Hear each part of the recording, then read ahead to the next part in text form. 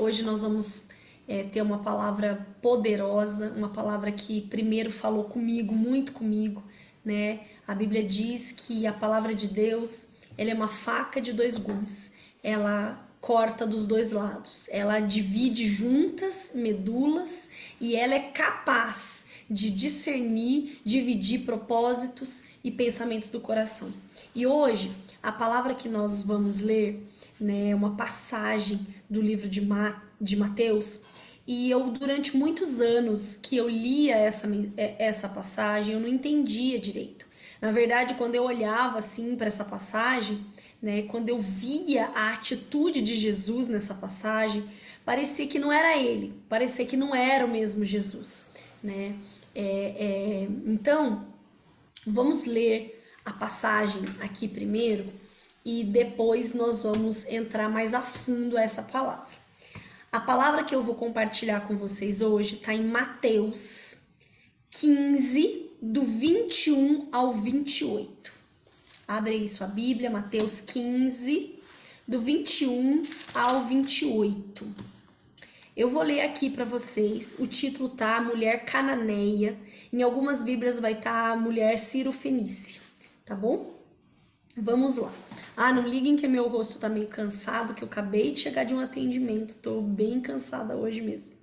Bora lá então.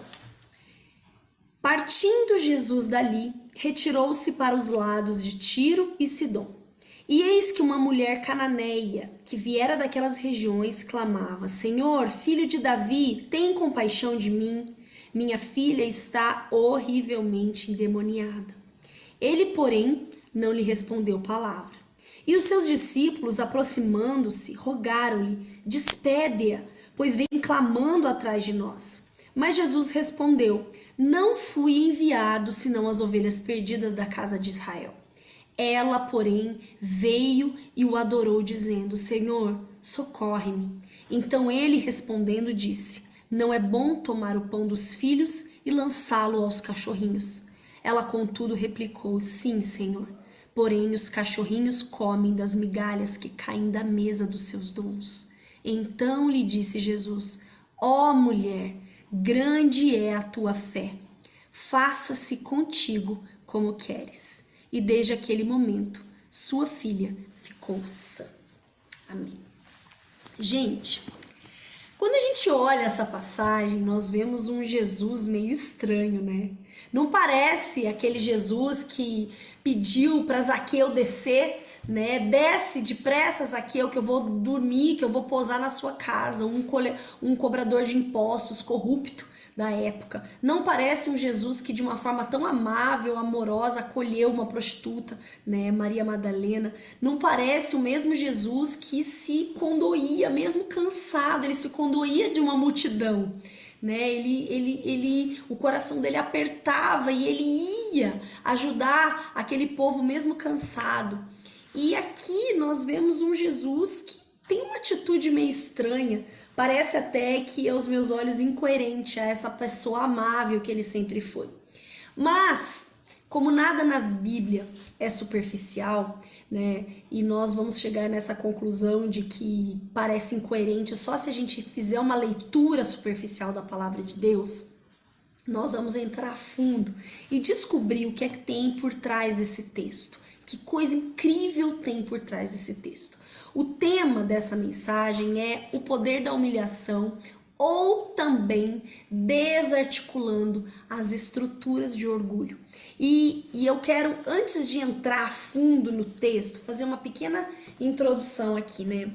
A introdução que eu quero fazer primeiro é que o problema de Deus nunca foi Satanás e os demônios. Nós vamos ver aqui que essa mulher está clamando, correndo atrás de Jesus, porque a filhinha dela estava terrivelmente endemoniada, né? Nós sabemos que a Bíblia também não é exagerada quanto aos termos, ela não aumenta o conto, né? Quando o Senhor fala, olha, para a mulher, olha, eu aumentarei as dores para você dar luz, você terá dores de parto. Dor é dor. Quem já teve filho aqui sabe o nível que é uma dor de parto. É dor de verdade. Então, quando a palavra está dizendo que a filha dessa mulher estava horrivelmente endemoniada, nós não sabemos ao certo que jeito é essa infestação, né, demoníaca, o que eles faziam com essa criança. Se ela tinha ataques, se ela estava acamada, nós não sabemos, mas nós sabemos que essa mulher vinha atrás de Jesus, correndo e gritando: ajuda-me, que a filha dela estava terrivelmente endemoniada. Mas o que eu queria dizer é que o problema de Deus nunca foi Satanás e os demônios, né? Aqui nessa parábola, se Jesus quisesse liberar uma única palavra para aquela criança ser liberta, completamente liberta, Jesus poderia ter feito isso? Poderia. Sim, a autoridade foi dada a ele sob todo nome, sob principados, potestades, coisas do presente, do porvir, a tudo foi dado. Mas ele não fez isso. Pelo contrário, ele seguiu uma rota meio esquisita, né? Meio estranha aqui. Mas por quê? Porque realmente o problema, né, de Deus nunca foi Satanás e os demônios. Satanás e os demônios, eles são seres inimigos, sim, mas eles são colaterais, eles são coadjuvantes, né? O protagonista nunca foi Satanás e os demônios. Na verdade, nós vamos caminhar pela palavra de Deus e a gente vai ver um Deus, né, o tempo todo querendo trazer a humanidade, querendo trazer o ser humano para andar nos caminhos dele, querendo colocar o ser humano numa postura, numa atitude de dizer não para o pecado, né? Nós vamos ver um Deus que tenta o tempo todo encontrar corações quebrantados, corações dispostos a obedecê-lo. Tanto que no Éden, né, Satanás e os demônios já haviam caído. Mas no Éden o Senhor não chega para Adão e Eva e diz: olha, cuidado com a serpente, Satanás, ela anda aqui ao derredor, cuidado com ela. Não, o Senhor não disse isso. Deus disse: olha, de todo o jardim vocês podem comer, menos da árvore do bem e do mal. Deus dá um comando de obediência. Então nós vamos ver que Satanás ali, quando ele engana Eva, é porque ela realmente desobedeceu, né? Não foi ele que pegou a mão dela, colocou no... Não! Então nós vamos ver um Deus que está o tempo todo tentando nos convencer de ter um coração quebrantado, de ter um coração disposto a obedecê-lo. Quando o Senhor estava com o povo, né, andando com o povo de Israel do Egito, caminhando com eles pelo deserto, nós vamos ver Deus chegando para Moisés e falou: olha, eu vou mandar um anjo para ir, porque eu não vou mais com vocês. Porque esse povo é um povo de dura cerviz, coração duro, um povo teimoso, que quer fazer as coisas do jeito deles. Que mesmo eu dizendo, olha, façam assim, assado, eles não fazem.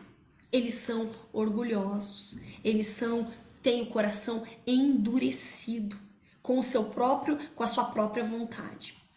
E aí, quando a gente fala de orgulho, é uma coisa muito difícil. Por que é difícil? Porque nunca ninguém vai dizer: não, realmente eu sou orgulhoso. Ninguém consegue identificar esse pecado em si. Só que lá em Provérbios a gente vai ver a palavra de Deus dizendo que 6 coisas o Senhor detesta e a 7ª alma dele abomina. E uma das coisas que o Senhor detesta, aliás, é a primeira listada, é olhar altivo. E o que é o orgulho? O orgulho é a mesma coisa que soberba, é a mesma coisa que altivez. No dicionário, altivez, orgulho significa sentimento de satisfação com seus próprios feitos ou realizações, até mesmo de outra pessoa. Então, orgulho é você ter aquele sentimento gostoso de satisfação com aquilo que você fez, né? Aquele prazer com algo que você fez, que você realizou, que você é. né? Ou mesmo em relação a outra pessoa. Por isso que a gente fala que a pessoa pode cair num pecado de orgulho ferido com relação a ter outra pessoa. O que é o orgulho ferido? É quando aquela persona, aquele ego seu acabou sendo ferido por outro, né? Então você guarda uma mágoa, você guarda um ressentimento de alguém que feriu o seu ego. Isso é um orgulho ferido. E essa soberba, essa altivez, ela é uma coisa terrível pela palavra de Deus. Porque a palavra de Deus vai dizer que aquele que pensa, em Gálatas 6:3 vai dizer, aquele que pensa ser alguma coisa, não sendo nada, a si mesmo se engana.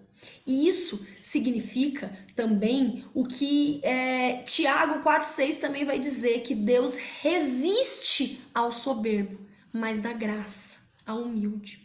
Então, muitas vezes na nossa vida, a gente acha que tudo que está acontecendo, né, a falta do favor de Deus, as coisas emperradas, muitas vezes as coisas, tudo com tanta dificuldade, a gente se decepcionando de novo, enfim, a gente acha que tudo é o inimigo e seus demônios. Mas não, existem situações que a própria mão de Deus no nosso peito, resistindo a gente, resistindo uma coisa chamada orgulho.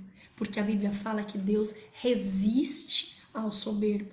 O que é resistir? Resistir não é lutar, não é empurrar, não. Resistir é quando você está andando e alguém fica parado aqui. Deus está parado aqui resistindo essa pessoa. Não, você não vai sair do lugar. Você vai patinar, você vai continuar tentando. Eu estou te resistindo até esse orgulho cair, até você se humilhar, até eu enxergar em você uma humildade. A Bíblia vai dizer em Provérbios 16:18 que a soberba precede a ruína e a altivez de espírito, que é o orgulho, a queda. Então, uma pessoa altiva e soberba, com certeza ela vai cair. Com certeza a altivez de espírito precede essa queda, porque há resistência de Deus. E com a resistência de Deus não há graça de Deus. E o que é graça? Graça é um favor imerecido. É algo que a gente não merece. Então, se nós nos sentimos suficientes, bom, e aqui eu quero falar assim, que o orgulho não é simplesmente você se achar superior. Você pode se orgulhar de muitas coisas. A gente pode se orgulhar, por exemplo, de ser bom. A gente pode se orgulhar de dar uma oportunidade para alguém, a gente pode se orgulhar de ter nascido em determinada família, a gente pode se orgulhar de alguém, um filho seu, aquilo que ele tem, aquilo que ele conquistou, a gente pode se orgulhar de muitas coisas. E aí, por que é tão difícil então enxergar esse pecado? Por que é tão difícil? Porque o espírito maligno que acaba, né, parasitando, se alimentando desse pecado, ele tem duas características, né? O pecado de orgulho, ele tem duas características. A primeira é auto-engano e a segunda é invisibilidade. O orgulho faz isso. O orgulho, além de enganar a pessoa que tem, ele é invisível para a pessoa que tem. Então, por isso que a gente brinca, né? E com certeza você já deve ter ouvido falar que o orgulho é igual bafo. A pessoa com bafo, ela não sabe que ela tem bafo. Todo mundo sente, todo mundo vê, todo mundo chega perto e fala, meu Deus, tá podre. Mas a pessoa não tá percebendo que ela tem bafo. É igualzinha a pessoa orgulhosa. E aqui eu queria chamar atenção a mais uma coisa.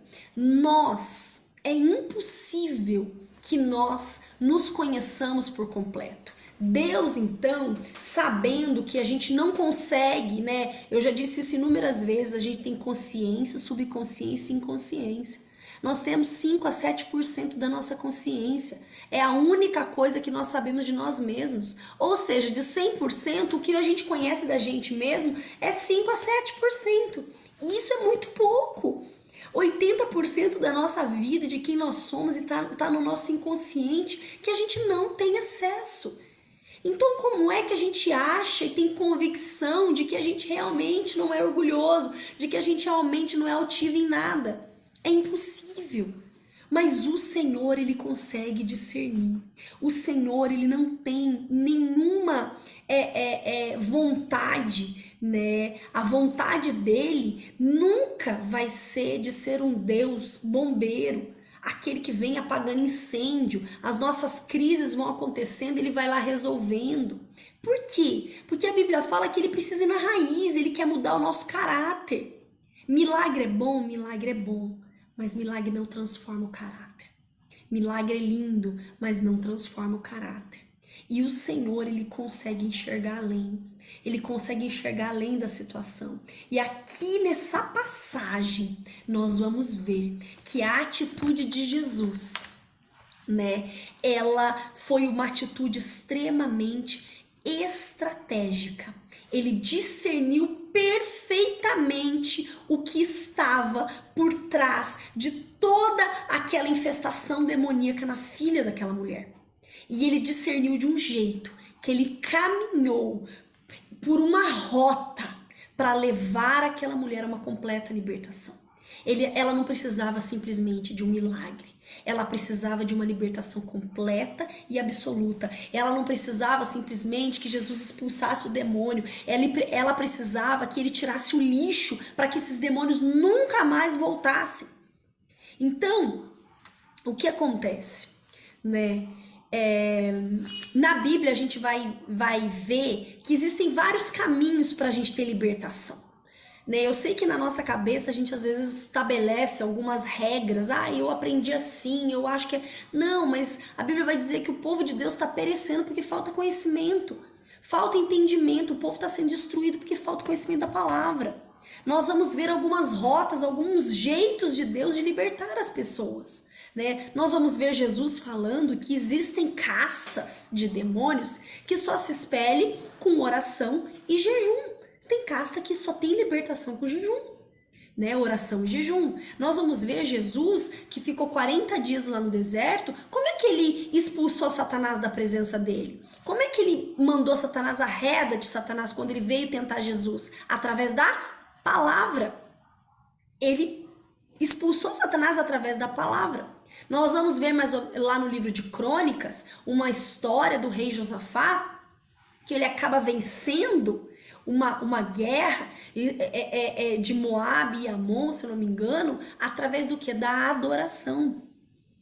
E nós temos uma estratégia também específica de Deus para combater essas estruturas de orgulho, esses espíritos malignos que parasitam esse pecado chamado orgulho, que é uma rota de humilhação.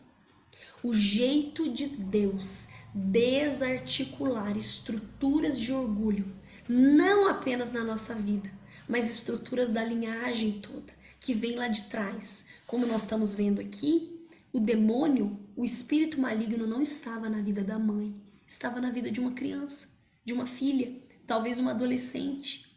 Será que essa infestação demoníaca, horrivelmente, terrivelmente endemoniada, será que essa criança realmente tinha cometido tantos pecados, alianças, pactos, a ponto de estar terrivelmente endemoniada? Foi ela mesma que cometeu? Não, não foi ela. Não foi ela. Isso é um crédito de muitas linhagens. São raízes de iniquidade, propagação de iniquidade que vem lá de trás. Eu vou provar aqui para vocês, aqui na palavra, como que Jesus agiu para desarticular o pecado, tirar o lixo a ponto daquela criança ser, aquela menina ou adolescente, jovem, não sei, ser completamente liberto. Então, vamos lá para a palavra? Bom, Jesus teve um discernimento que foi a chave para a libertação daquela criança. E esse discernimento foi tão lindo porque Jesus não estava nem aí para a reputação dele. Vamos ver aqui como que a atitude de Jesus foi tão difícil de interpretar, mas depois que nós estudarmos, você nunca mais vai ver esse texto da mesma forma. Olha só. Eis que uma mulher cananeia que viera daquelas regiões clamava ela gritava. Ela não tocou nele, ela não pediu, ela clamava: Senhor, filho de Davi, tem compaixão de mim. Minha filha está horrivelmente endemoniada. Essa mulher gritava, dizendo que a filha estava endemoniada. Para quem? Para Jesus, que veio, que era o Messias, que veio realmente para destruir as obras do diabo. E a palavra de Deus fala que a primeira reação de Jesus foi: ele, porém, não lhe respondeu palavra. Silêncio e desprezo. A primeira reação de Jesus para aquela mulher, diante daquele desespero, foi silêncio e desprezo. Ele desprezou aquela mulher no momento de angústia. É o silêncio de Deus em meio ao nosso desespero. Com certeza já aconteceu com vocês, como aconteceu já comigo. Situações onde o silêncio de Deus confronta o nosso desespero. A gente clama, chora, ora, faz campanha, mas nada acontece. Deus se cala. Parece que ele está desprezando e ele está em silêncio, e aquilo nos fere de um jeito que o próprio espírito maligno de orgulho que está ali se alimentando daquele nosso pecado chega e sussurra no nosso ouvido. Tá vendo? Ele não te ama. Tá vendo? Ele não se importa com você, ele te abandonou. Por que você insiste em continuar sendo crente? Por que você insiste em continuar acreditando nele? Você não tá vendo que não tá adiantando nada? Parece que você fala, você grita, você chora e ele não tá nem vendo. O desprezo de Jesus aqui foi tanto que os discípulos tiveram que intervir. Olha o verso 23, diz: e os seus discípulos, aproximando, rogaram-lhe, pediram-lhe: despede-a, pois vem clamando atrás de nós. Jesus, fala alguma coisa para ela, marca de ir na casa dela depois, fala para ela que encontra com ela lá na sinagoga depois, ou no monte, ou não sei, faz alguma coisa. Ela tá gritando atrás da gente, tá pegando mal. O Senhor tá em silêncio, o Senhor tá fingindo que ela não tá gritando. Faz alguma coisa. E a segunda resposta de Jesus, por incrível que pareça, foi mais agressiva ainda que a primeira. Mas Jesus respondeu, verso 24: não fui enviado senão as ovelhas perdidas da casa de Israel. A segunda resposta de Jesus foi discriminação e preconceito. Ele já não bastasse estar desprezando aquela mulher, ignorando o grito daquela mulher. Agora ele dá uma resposta que deve ter deixado os discípulos totalmente desconcertados. Eles estavam no meio de uma multidão. Jesus não desprezou aquela mulher em secreto ali, quando ela foi lá pedir, enquanto ele estava lá só. Não! Ela estava berrando, clamando, gritando atrás dele. E ele fingia não ouvir, todo mundo estava ouvindo. Os discípulos interpelaram, fizeram algo, e ele pega e dá uma resposta dessa, diante de todo mundo. Eu não fui enviado, senão as ovelhas perdidas da casa de Israel. Ela não é da casa de Israel. E Jesus continuou caminhando. Aqui, eu queria mostrar para vocês como tem uma coisa muito profunda, né, atrás dessa palavra. Jesus, quando faz essa discriminação racial, ele está dando um golpe, mais uma vez, nas estruturas de orgulho daquela mulher. O desprezo já foi um primeiro golpe e agora tem um segundo. Por quê? Como nós vimos aqui, olha, lá no 22 diz: era uma mulher cananeia que viera daquelas regiões. Lá em Marcos, nós vamos ler dizendo: ela era grega, cirofenícia de nação, né? Em Marcos 7, 26, nós podemos ler uma explicação melhor da nacionalidade dela. E aí, isso tem muita coisa por trás, tem algo muito mais profundo, porque Jesus, né, gente, a palavra de Deus fala: olha, o Senhor, ele faz a ferida e ele mesmo cura. O que significa isso? Parece meio estranho, né? O próprio Deus fazer uma ferida em alguém, né? Por que ele só não vai lá e cura? Porque o que acontece? As nossas feridas, os nossos traumas, eles ficam aqui e o Senhor não quer curá-los de forma superficial. Não basta ele passar uma pomada aqui em algo tão profundo, um corte tão profundo e colocar um band-aid tapando. Ele não faz isso. Ele precisa abrir aquilo e ver o que está infeccionado lá dentro, limpar a infecção, ver o que é que ficou de resto lá dentro, qualquer coisa, um pedacinho de vidro, alguma coisa que está lá dentro. Ele precisa ferir mais, para depois ele mesmo fechar e curar de uma vez por todas. E aqui Jesus estava fazendo isso. Ele estava levando essa mulher por uma rota dificílima de humilhação, para trazer uma libertação completa e definitiva. Todo mundo sabe que os romanos dominaram o mundo pela força, né? Conquistaram o mundo pela força, mas foram os gregos que conquistaram o mundo filosoficamente. A cultura grega, né? A cidadania grega era símbolo de um orgulho intelectual e cultural. As pessoas mais sábias, cultas, civilizadas, elas tinham a nacionalidade grega, né? Eram as pessoas que estavam mais na moda, era uma elite. Então essa mulher aqui, com certeza, não era qualquer uma, né? Não era uma pessoa da ralé, mas era uma pessoa de uma estirpe. E aqui os gregos se orgulhavam naquela época, né, de toda a inteligência, a posição deles no mundo e também da criação e da civilização deles. E Jesus precisava tocar nesse ponto. Ali estava a raiz do orgulho e da superioridade dos gregos. Ali estava algo que estava desencadeando, né, um quadro de miséria espiritual na vida daquela casa, daquela família.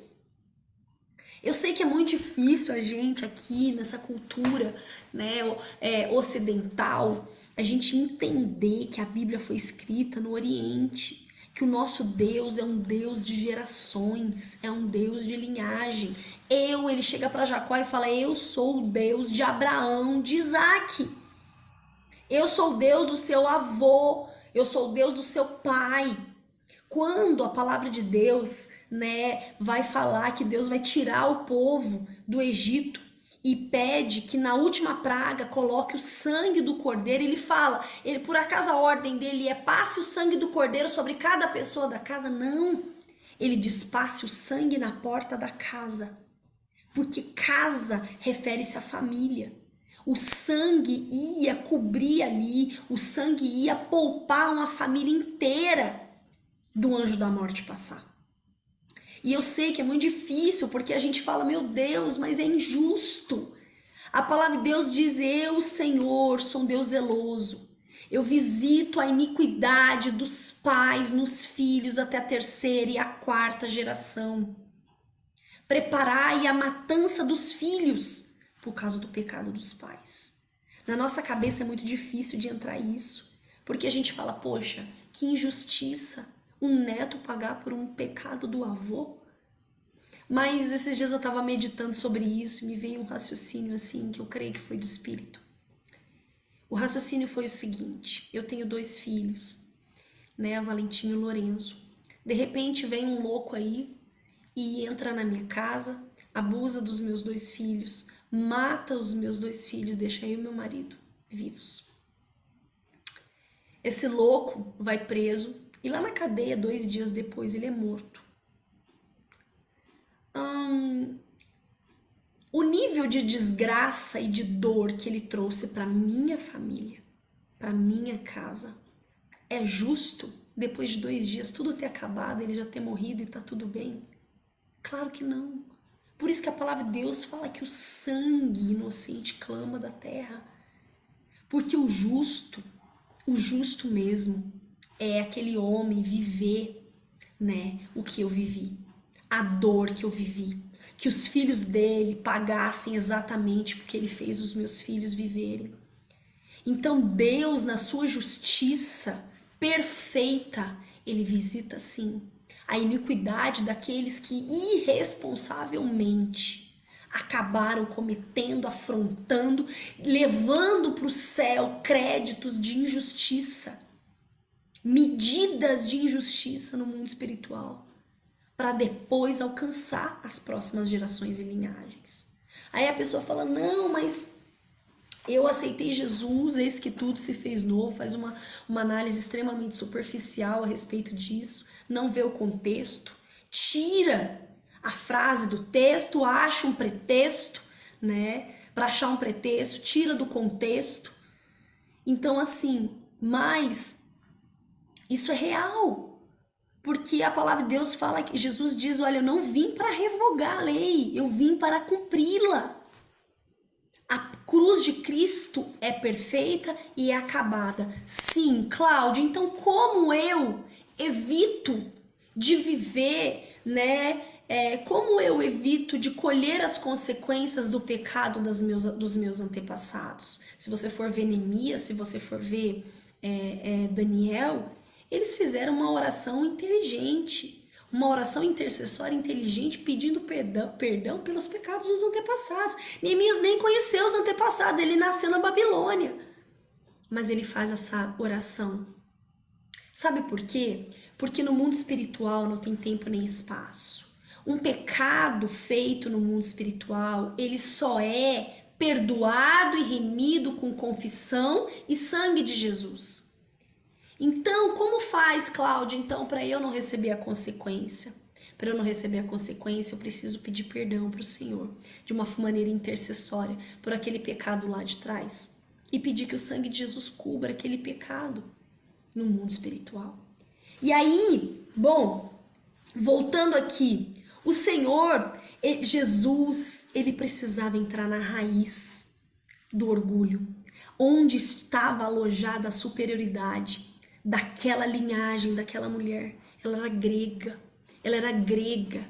Os gregos sempre foram os narizes empinados. Eles sempre foram aqueles que se sentiam superiores. Os judeus eram ralé para eles. E aí Jesus pega e faz o quê? Confronta esse orgulho. Eu não vim, senão as ovelhas perdidas da casa de Israel. Só que aquela mulher, pela segunda vez, ela foi humilhada por Jesus. E ela fez o quê? Ela se humilhou de novo. Ela perseverou diante daquele árduo caminho. E a Bíblia diz no 25, ela, porém, veio e o adorou, dizendo, Senhor, socorre-me. Naquele momento, Jesus ainda precisa dar uma terceira resposta. E a terceira resposta, que é o golpe final em toda aquela estrutura de orgulho, em tudo aquilo que foi propagado de geração em geração, que estava ali hoje, tudo em cima da filha dessa mulher. Jesus responde. Então ele respondendo disse, gente, ele não fez isso em secreto, ele fez isso diante de todos. Não é bom tomar o pão dos filhos e lançá-lo aos cachorrinhos. Jesus mexe na dignidade humana daquela mulher. Jesus chama aquela mulher de cachorro. Logo quem? Logo o cão. Logo o cachorro, que naquela época era considerado um animal imundo. Nós vamos ver em Mateus 7,6, ele dizendo, não deis aos cães o que é santo, nem lanceis aos porcos as vossas pérolas. E por que Jesus falou isso? Porque ela fez essa relação. Aqui tem a ver com a questão dela ser Ciro-fenícia.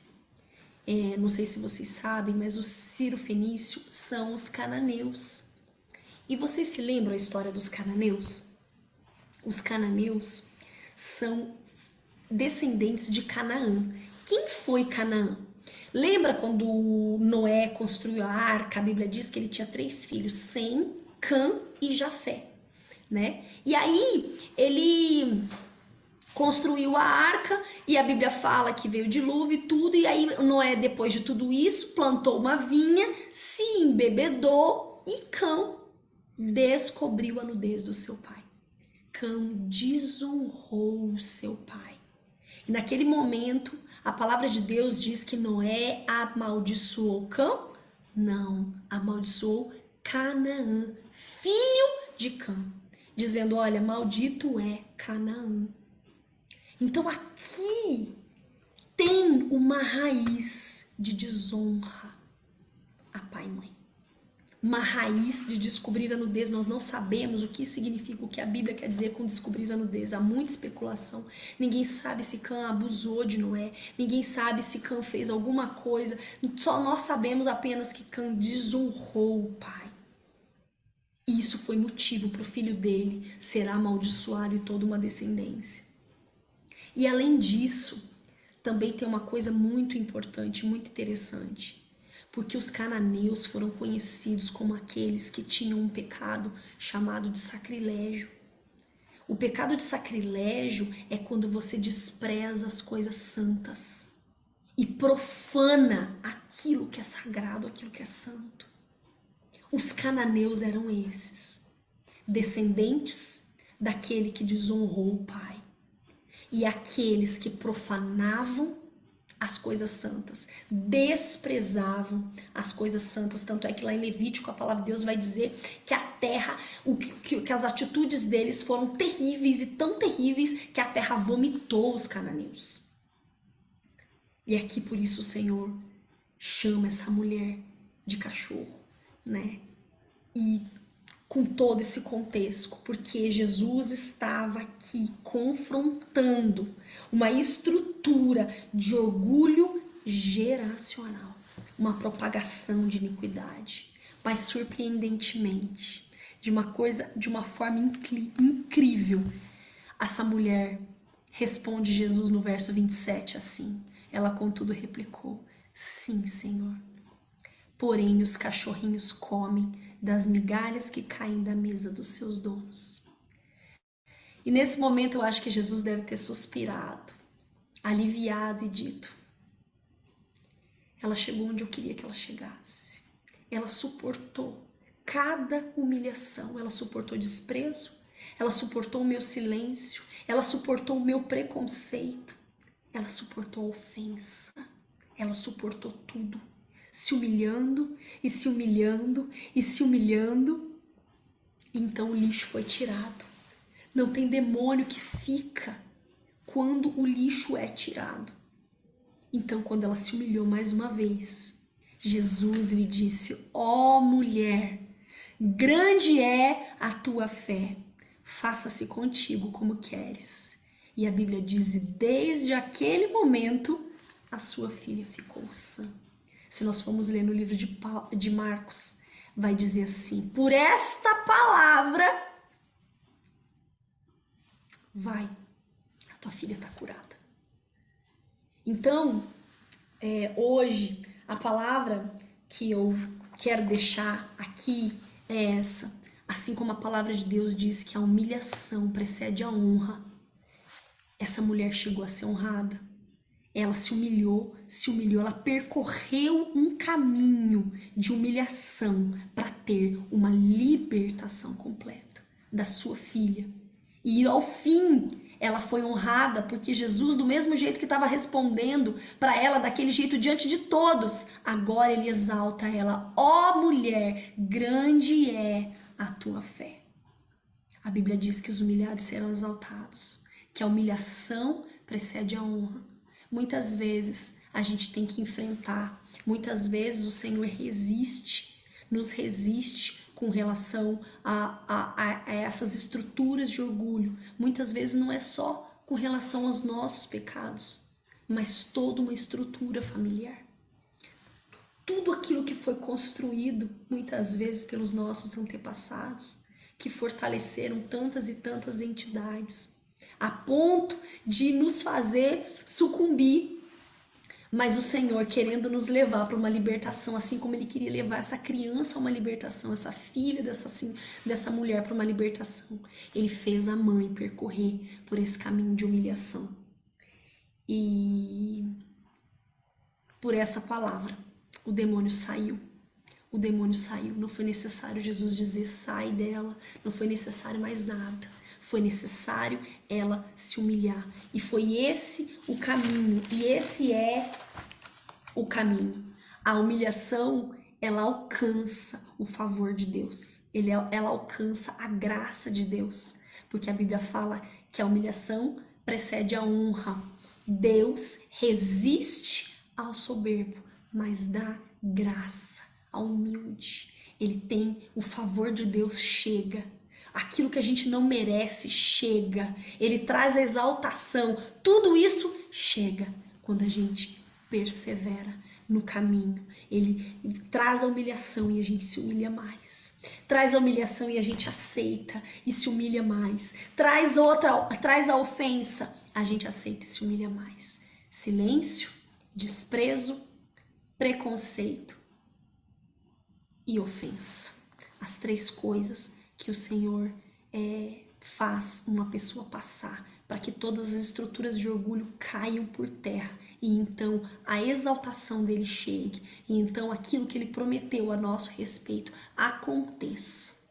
Amém? Eu queria falar para vocês que eu não dei meu testemunho aqui ainda, né? Mas eu passei 11 anos com uma doença autoimune e durante muito tempo eu perguntei para Deus por que ele demorou tanto, né, para me curar. Eu me lembro que 4 anos com essa doença e Deus não me falava nada. Eu orei tanto, eu jejuei, eu perguntei tanto para o Senhor. Eu me lembro de uma palavra que Ele me disse, que foi a primeira palavra que Ele me deu depois de uns 4 anos já com essa doença. Ele disse, desce à casa do oleiro, porque né, na casa do oleiro eu vou amassar o vaso todo de novo e vou fazer um novo. E lá começou a minha saga, né, nesse caminho de humilhação. Depois disso, né, depois do silêncio de Deus, depois desse desprezo de Deus, depois de 4 anos, eu fui tomada, né, de um preconceito, de algo, porque eu passei por momentos de preconceito. A doença, ela pegava de cima até embaixo, as pessoas achavam que passava, eu tinha que ser diferente, praticamente eu era diferente de todo mundo, eu ia na academia, as pessoas não queriam ficar perto porque achavam que ia pegar, enfim. E não só isso, né? Dentro da igreja, eu tava vendo aquela situação e eu falava, Deus, por que o Senhor cura todo mundo? Através da minha vida, o Senhor leva tanta gente para libertação, para cura, e eu? Era um caminho que eu tava trilhando, que eu precisava trilhar, onde o Senhor estava fazendo diferença, para que fosse desmoronando todas as estruturas de orgulho, não só da minha vida, mas familiares também. E por último veio a ofensa, mais ou menos uns 8 anos, mais ou menos. Eu me lembro de ter ouvido de uma líder, né, nossa, depois de uma experiência que eu tive, ela virou para mim, eu não tinha sido curada ainda, ela virou para mim e disse, eu sempre achei que você tinha demônios. Eu sempre achei. E ali naquele momento eu fui ofendida, né? Não que seja um problema, né? Uma pessoa cristã ter legalidades para isso. E não é um problema, porque ninguém é perfeito. A Bíblia vai dizer que não há um justo sequer na face da terra que faça o bem e não peque. E a palavra de Deus vai dizer ainda que como é que... Peraí. Tem uma passagem que é bem forte. Todo homem, por mais firme que esteja, é pura vaidade. Então, mesmo que a gente queira ser super santo, né, nós precisamos dessa santificação dia após dia. Nós temos ainda legalidades, pecados ocultos, coisas que a gente ainda não tem revelação, que nós precisamos buscar em Deus. E aí, depois de tudo isso, enfim, eu perseverei. Eu perseverei num caminho de humilhação por muitos anos. 11 anos depois, o Senhor foi e me libertou e me curou por completo. E hoje eu tô aqui, né, limpa, com a pele limpa. Uma hora eu vou contar meu testemunho no canal, mas eu passei por esse período. E por isso eu posso compartilhar essa palavra. Não é fácil. É uma rota dificílima. Poucos se submetem, porque acham que realmente Deus está sendo injusto, né? Todas as vezes que o nosso raciocínio, que nosso pensamento chegar à conclusão de que Deus é injusto, com certeza nós estamos pecando na nossa justiça própria. Que a palavra de Deus fala que a nossa justiça é para Ele como trapos de imundícia. Ele nunca, jamais será injusto. Pelo contrário, a base do trono de Deus é justiça e juízo. São a base do teu trono. Amém? Então é essa palavra que eu queria deixar para vocês e espero que todos aí, que o Espírito Santo de Deus fale ao coração de todo mundo aí. Obrigada pela presença. Um beijo.